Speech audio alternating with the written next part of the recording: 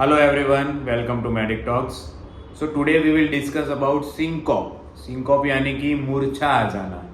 कई बार हम देखते हैं कि हमारे फैमिली में कोई फंक्शन चल रहा हो या फिर कोई सैड फंक्शन चल रहा हो या कड़ी धूप में कई लोग जो है वो फेंट हो जाते हैं, वो मूर्छित हो जाता है, उसको हम कहते हैं सिंकोप. नाउ अभी समर की सीज़न आ रही है तो सिंकोप के केसेस बहुत सारे देखने को मिलते हैं. सुबह 10 बजे से शाम को 5 बजे तक राइट नाउ धूप ज़्यादा तेज होती है.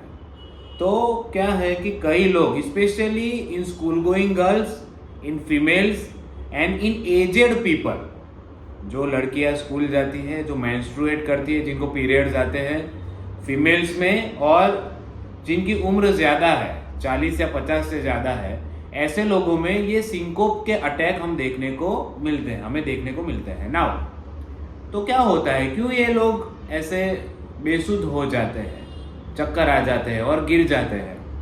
तो इसका मेन कॉज है वेजोवेगल कॉज. उसको हम कहते हैं वेजोवेगल सिंकोप. क्या होता है कि हार्ट रेट और ब्लड प्रेशर दोनों जो है वो थोड़ी देर के लिए कम हो जाते हैं. तो जो भी ऑर्गन है, ब्रेन और बाकी के ऑर्गन, उनको प्रॉपरली ब्लड सप्लाई नहीं होता, और ये ब्लड सप्लाई ना होने के कारण उनको सिंकोप होता है. तो ये हो गई नॉर्मल बात. सिंकोप ऐसे कंडीशन में होता है, जनरली स्ट्रेस की कंडीशन में होता है. बहुत ज़्यादा खुश हो गए या बहुत दुखी हो गए या फिर बहुत ही बर्डन ले लिया है वर्क पे, बहुत ही स्ट्रेस ले लिया है, बहुत ज़्यादा एक्सरसाइज कर ली है, as well as in girls and in females वो आर मेंस्ट्रुएटिंग, जिनको पीरियड्स आते हैं, उनमें ऑलरेडी ये जो न्यूट्रिटिव सब्सटेंसेस हैं, vitamin B12, folic acid, then iron, इन चीज़ों की कमी होती है. तो ये सारे कारणों की वजह से सिंकोप होता है. कॉमनली इसको हम कहते हैं वेजोवेगल सिंकोप.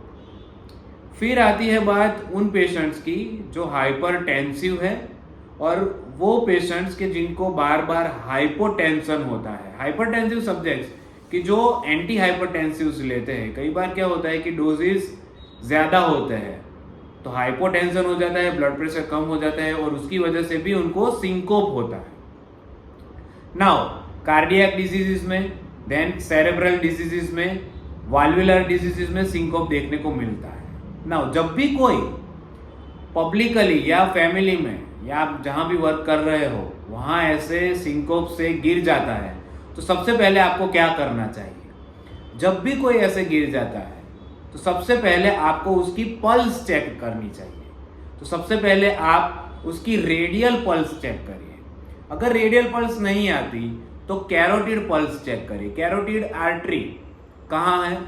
ये जो मिड लाइन है वहाँ से 2.5 फिंगर्स दूर कैरोटिड आर्टरी होती है, वहाँ पल्स चेक करते हैं. या फिर थंब के बिल्कुल नीचे की लाइन पे, यहाँ पे रेडियल आर्टरी होती है, वहाँ आप पाल्पेट करके पल्स पकड़िए. पल्स पकड़ने पर ही आपको पता चलेगा कि पेशेंट नॉर्मल है, ये नॉर्मल सिंकोप है, वेजोवेगल सिंकोप है, या इसका कोई और कारण है. अगर रेडियल पल्स और कैरोटिड पल्स नहीं आती है तो तुरंत इमरजेंसी नंबर को कॉल करिए और वहाँ पे एम्बुलेंस बुला लीजिए या किसी डॉक्टर को बुला लीजिए.